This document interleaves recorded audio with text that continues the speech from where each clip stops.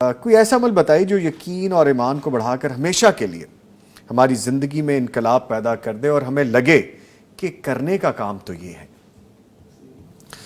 بہت شکریہ نظامی صاحب، ویلکم سر۔ پہلا سوال ہی بہت اہم ہے۔ جزاک اللہ سر، جزاک اللہ۔ دیکھیں، جو ہم عبادت کرتے ہیں اور نماز روزے کا سلسلہ جاری ہے، اگر اس میں دو چیزیں ہم ختم کر دیں، ایک تو جہالت اور ایک عجلت، اور اس کی جگہ پر اگر آ جائے غور و فکر، تو زندگی میں انقلاب پیدا ہو جاتا ہے۔ جی، یہاں پرابلم یہ ہے کہ مذہبی حلقے میں جو انقلاب پیدا نہیں ہوتا، تبدیلی نہیں آتی، اخلاقیات نہیں سدھرتے اور معاملات پورے دین کے مطابق نہیں ہوتے، اس کی وجہ یہ ہے کہ وہ عبادت میں لا علمی اور جہالت کے معاملات ہوتے ہیں، اور کچھ نرے جذبات ہوتے ہیں، عجلت ہوتی ہے۔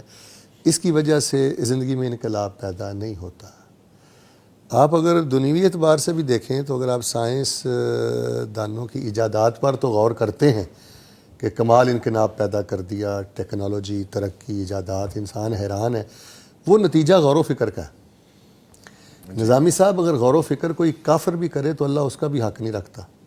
غور و فکر اگر کوئی نان مسلم بھی کرے، اللہ اس کا بھی حق نہیں رکھتا۔ اللہ اس کا بھی حق نہیں رکھتا، بے شک۔ تو میں یہ سمجھتا ہوں واللہ تبارک و تعالی اعلم بالصواب، اس وقت سب سے زیادہ ضرورت ہے غور و فکر کی۔ نظام صاحب دیکھیں، ہم پورے کا پورا قرآن سنا دیتے ہیں، سن لیتے ہیں، لیکن سود خور رہتا ہے، حرام خور رہتا ہے، بد اخلاق رہتا ہے۔ جس کے سینے میں کینہ ہے وہ کینہ ہی اٹھائے ہوئے ہے، اس کی وجہ اس نے غور و فکر نہیں کیا۔ ابھی قاری صاحب قرآن پاک پڑھ رہے تھے تو ارشاد باری تعالیٰ ہے لو انزلنا هذا القرآن على جبل لرأيته خاشعا متصدعا من خشية الله وتلك الامثال نضربها للناس لعلهم يتفكرون۔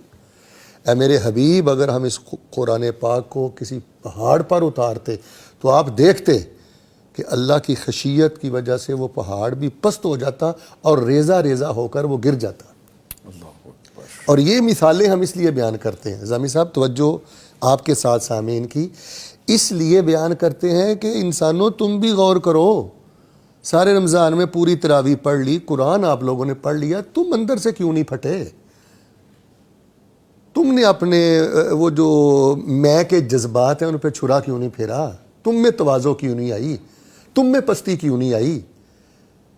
تو یہاں بھی غور و فکر کی ضرورت ہے کہ ہمارے کلیجے پہاڑوں سے زیادہ سخت ہیں۔